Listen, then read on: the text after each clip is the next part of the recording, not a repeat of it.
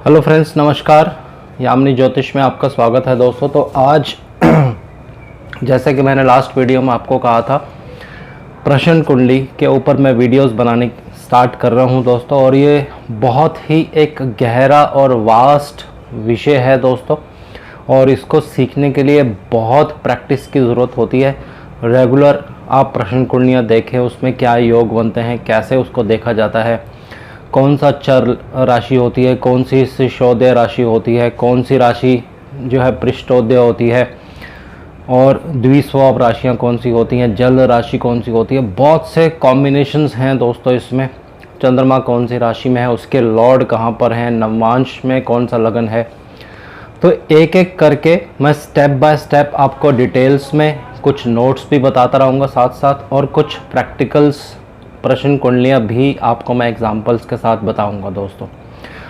तो आज मैं आपको एक बहुत ही सिंपल तरीके से कोई अगर आपसे कोई प्रश्न पूछता है, उसको आपको कैसे देखना है, ये मैं इस वीडियो में आपको बताने जा रहा हूँ। और नेक्स्ट वीडियोस में मैं कुछ बेसिक्स आपको बताऊंगा। वो वीडियो थोड़ी सी स्लो भी रहेंगी और हो सकता है कुछ लोगों को वो बोरिंग भी लगेंगी, लेकिन जो बेसिक्स है वो सीखने बहुत ज़रूरी होते हैं दोस्तों। तो आइए वीडियो आराम करते हैं। ज़्यादा समय आपका नहीं लूँगा मैं।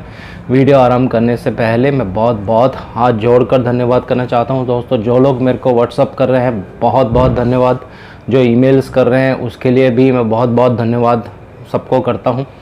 और 2 दिन से मैं बहुत बिज़ी हूं दोस्तों, और मंडे से जो है मेरा शेड्यूल फिर से नॉर्मल हो जाएगा। तो आइए वीडियो आराम करते हैं।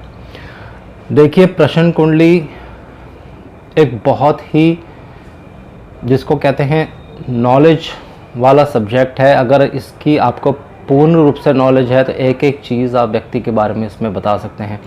अब एक एग्जांपल लेते हैं। कोई व्यक्ति आपके पास आता है और पूछता है कि क्या मैं अपनी प्रॉपर्टी रेंट पे दे दूं, क्या मुझे उससे लाभ होगा। तो इस तरह के एग्जांपल्स मैं एक एक करके आपको बताऊंगा हर वीडियो में। वीडियो की ड्यूरेशंस जो है मैं 10, 12, 15 मिनट की ही रख रहा हूं दोस्तों। तो कोई प्रश्न आपसे पूछता है तो पहले आपको ये देख लेना है कि प्रश्न पूछने वाला व्यक्ति जो आपसे प्रश्न पूछ रहा है, क्या वो उस लैंड का खुद ओनर है, या उस प्रॉपर्टी का ओनर है, या कोई और है।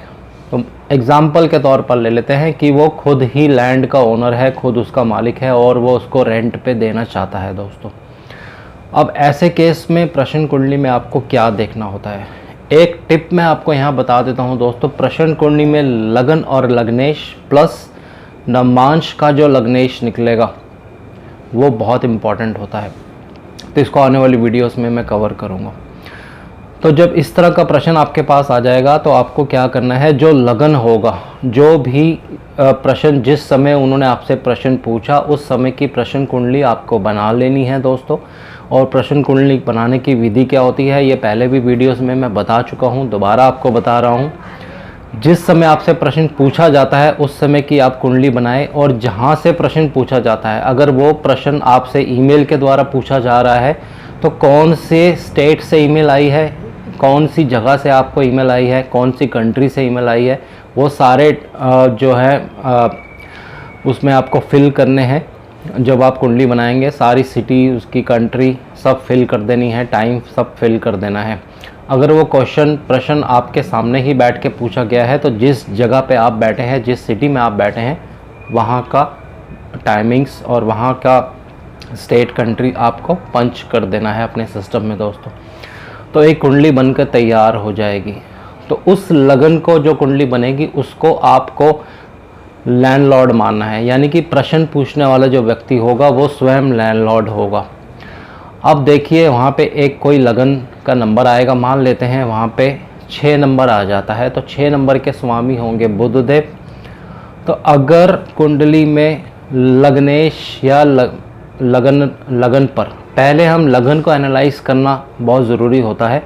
अगर लगन पर मान लीजिए शनि देव का प्रभाव हो, या मंगल देव का प्रभाव हो, राहु देव का प्रभाव हो, उसमें कम से कम 2 प्लैनेट्स का एक साथ प्रभाव होना चाहिए। मान लेते हैं शनिदेव और राहु देव दोनों का लगन पर प्रभाव होगा, तो क्या होगा, जो प्रश्न आपसे पूछा गया है कि क्या ये प्रॉपर्टी अगर मैं रेंट पे देता हूँ तो मुझे उससे लाभ होगा, तो आप कहेंगे जी नहीं, अभी समय नहीं है आपको प्रॉपर्टी रेंट पे देने का, अभी आपको लाभ नहीं होगा। क्योंकि मकान मालिक जो है, लैंडलॉर्ड जो है, वो स्वयं लग्नेश बन जाते हैं यहाँ पे और स्वयं लगन को रिप्रेजेंट करते हैं। तो लगन पर पाप प्रभाव जो भी प्रश्न व्यक्ति पूछता है उसमें नेगेटिव रिजल्ट्स शो करता है, आपको इससे लाभ नहीं होगा, किराएदार आपको तंग कर सकते हैं, कोई कोर्ट कचहरी की प्रॉब्लम हो जाएगी। तो इसका ऑल्टरनेट क्या है? तो आपको फिर ये देख लेना है कि गोचर में जब आपने कुंडली बनाई तो शनिदेव जौन सी भी राशि में है, शनिदेव राशि चेंज कब कर रहे हैं या राहुदेव राशि चेंज कब कर रहे हैं और लगन पर कब शुभ प्रभाव आएगा। आप गुरु का ट्रांजिट उसमें देख सकते हैं। तो मेजर प्लैनेट्स का ट्रांजिट ही इसमें मोस्टली लिया जाता है दोस्तों। तो वो आप उनको टाइमिंग्स देख के बता सकते हैं कि शनि देव जो हैं इतने टाइम में राशि बदल देंगे, फिर आपके लगन पर प्रभाव नहीं आएगा, तो उस पीरियड में आप प्रॉपर्टी अपनी रेंट पे दें दोस्तों। ये एक पहला नियम हो गया। अब इसको एक डिफरेंट ढंग से देखते हैं। मान लीजिए जब उन्होंने आपसे प्रश्न पूछा, आपने लगन बनाया और लगन में ही अगर शुभ प्लैनेट्स आ जाते हैं और लगन पर शुभ प्रभाव भी आ जाता है, मान लीजिए शुक्र देव का शुभ प्रभाव है, गुरुदेव का शुभ प्रभाव आ जाता है, किसी भी मैलेफिक प्लैनेट का अशुभ प्रभाव नहीं है लगन पर, तो आप जल्दी से उनको कह सकते हैं जी हाँ बिल्कुल राइट टाइम है, आप अपनी प्रॉपर्टी जो है रेंट पे दे दीजिए, इसमें आपको लाभ ही लाभ होगा। तो ये दो चीज़ें आपको पहले देख लेनी है। थर्ड, लग्नेश की पोजीशन क्या है? देखिए जब भी इस तरह का प्रश्न आपसे पूछा जाता है तो उस समय लग्नेश अष्टम भाव या 12वें भाव में नहीं होने चाहिए।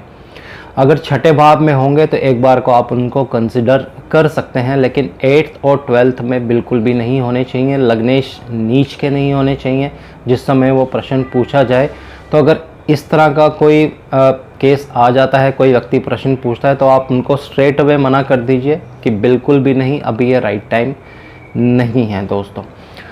फोर्थ, अगर उस समय प्रश्न पूछते समय चंद्रमा नीच के हो जाते हैं या अष्टम भाव में आ जाते हैं तो भी आपको स्ट्रेट अवे मना कर देना है कि जी नहीं, अभी राइट टाइम नहीं है। फिर से आप कभी दोबारा 1 महीने बाद या 15-20 दिन बाद जब दोबारा से प्रश्न पूछेंगे तो उसका फिर से आंसर दिया जाएगा, लेकिन उस समय आपको शनिदेव और राहुदेव, केतुदेव जो नेगेटिव प्लैनेट्स होते हैं, जो मेजर नेगेटिव प्लैनेट्स होते हैं, जो राशि बदलने में बहुत समय लेते हैं, उनको आपको ज़रूर देख लेना है दोस्तों।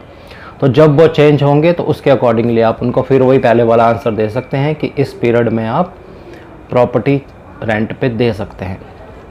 अब सेकंड स्टेप, पहला तो जो क्वेश्चन उन्होंने पूछा वो खुद लैंडलॉर्ड थे। अब हमें देखना है कि सामने वाला यानी कि मेरा किराएदार कौन होने वाला है। तो उसके लिए आपको क्या करना है, बिल्कुल उससे ऑपोजिट जो हाउस होता है, अगर मैं खुद लैंडलॉर्ड हूँ, लगन खुद लैंडलॉर्ड बन जाता है, तो उससे सामने वाला 7th हाउस जो होगा वो किराएदार आपका टेनेंट बन जाएगा दोस्तों। वही टेनेंट पे अगर फिर से पाप प्रभाव होगा, यानी 7th हाउस पर पाप प्रभाव होगा, 7th लॉर्ड 8th में चले जाएंगे या 12th में चले जाएंगे, तो क्या होगा, प्रॉपर्टी तो आप रेंट पे दे देंगे, लेकिन जो किराएदार होगा, जो टेनेंट होगा, आपको किराया देने में डिले करेगा, कुछ ना कुछ प्रॉब्लम्स क्रिएट करेगा, हर समय आपको तंग करेगा, अननेसेसरली किसी न किसी प्रॉब्लम में आपको बार बार उसको जाके विज़िट करना पड़ेगा। कभी पानी की मोटर ख़राब हो जाएगी, कभी ऊपर टैंक्स ख़राब हो जाएंगे, कभी कुछ ना कुछ प्रॉब्लम आपको फेस करनी पड़ेंगी दोस्तों। तो 7th हाउस पर भी शुभ प्रभाव होना बहुत ज़रूरी है। अगर मिक्स प्रभाव होगा, बहुत लोगों के मन में ये प्रश्न उठने वाला है, एक तरफ गुरुदेव भी देखेंगे, एक तरफ शनिदेव भी देखेंगे, तो आप उसको टिक लगा दीजिए, आप प्रॉपर्टी रेंट पे दे सकते हैं। प्रॉब्लम थोड़ी सी आएगी लेकिन उसका सॉल्यूशन अपने आप हो जाएगा। अगर टेनेंट आपको रेंट देने में थोड़ा सा डिले करेगा, लेकिन अगर सपोज़ करते हैं रेंट आपका 3 तारीख को आता है, तो उसमें क्या होगा, ज़्यादा से ज़्यादा 10 या 12 तारीख को रेंट आपको दे देगा, उसमें ज़्यादा प्रॉब्लम नहीं होगी। अगर मिक्स प्रभाव नहीं है, मैलेफिक प्रभाव है, तो बहुत केयरफुली आपको प्रॉपर्टी रेंट पे देनी है, कोशिश करिए ना ही दीजिए। और अगर शुभ प्रभाव है तो किसी बात की कोई चिंता वाली बात नहीं है। 7th लॉर्ड 8th में नहीं होने चाहिए, 7th लॉर्ड नीच के नहीं होने चाहिए, ये आपको हमेशा ध्यान रखना है दोस्तों। अब इसके बाद थर्ड आपको क्या देखना है, थर्ड होता है दोस्तों 4th हाउस। 4th हाउस मतलब जहाँ से आप प्रॉपर्टी के जो प्रॉपर्टी आपने उनको रेंट पे दी उनके पेपर्स जो आप बनाएंगे, जो रेंट एग्रीमेंट्स वगैरह बनाएंगे, या किसी तरह का कोई प्रॉपर्टी में टैक्स निकल आता है उसको लेकर कुछ प्रॉब्लम हो सकती है, उस प्रॉपर्टी में कुछ सीवेज लीकेज हो सकती है या कहीं पे डैम्पनेस आ सकती है, ये सब आप 4th हाउस से देखेंगे। तो रूल वही है दोस्तों, अगर 4th हाउस पर पाप प्रभाव होगा तो एज अ रिज़ल्ट क्या होगा, प्रॉपर्टी तो आप रेंट पे दे देंगे, सब चीज़ें ठीक होंगी, लेकिन जिस समय उसके पेपर्स बनेंगे वहाँ पे कोई ना कोई एप्लीकेशन आ जाएगी या गवर्नमेंट की तरफ से कोई ऐसा टैक्स निकल के आ जाएगा जो आपको भी नहीं पता होगा और आपको पे करना पड़ेगा। तो इस केस में आप 4th हाउस को भी अच्छी तरह से देख लीजिए, एनालाइज कर लीजिए, उस पर कोई ज़्यादा पाप प्रभाव नहीं होना चाहिए। अगर मिक्स प्रभाव होगा तो फिर डर की कोई बात नहीं होती है, अगर प्रॉब्लम आएगी तो उसका सॉल्यूशन भी साथ साथ देखने को मिलता है दोस्तों। इसी तरह से आपको 10th हाउस भी ज़रूर देख लेना है दोस्तों। देखिए 10th हाउस बहुत इम्पॉर्टेंट होता है, हर प्रश्न कुंडली में 10th हाउस का कहीं ना कहीं रोल आपको आएगा, और वो रोल कैसे आएगा ये मैं आपको डिटेल्स में बताऊँगा। 10th हाउस आपका कर्म क्षेत्र है दोस्तों। कोई भी चीज़ आप मान लीजिए प्रॉपर्टी अपनी रेंट पे दे रहे हैं तो 10th आपका कर्म क्षेत्र है, उससे आपको जो लाभ होगा वो आप देखेंगे, और 10th हाउस पे किसी भी तरह का कोई नेगेटिव प्रभाव नहीं होना चाहिए दोस्तों।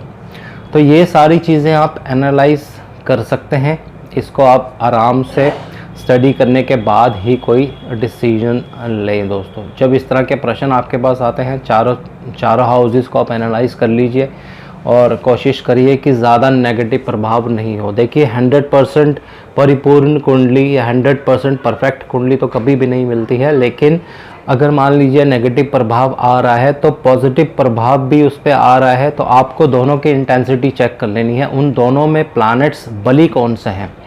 हो सकता है जो नेगेटिव प्लैनेट हो वो लगन कुंडली में मान लीजिए अगर लगन पे ही प्रभाव डाल रहा हो, लेकिन नवांश में जाके वो वर्गोत्तम हो जाता है, तो फिर ऐसे प्लैनेट को आप नेगेटिव नहीं मानेंगे, एक पॉजिटिव प्लैनेट मानेंगे। तो बहुत ध्यान से अपने अच्छी तरह से कुंडली को अध्ययन करके उसका फिर से आपको आंसर देना है सामने वाले को दोस्तों।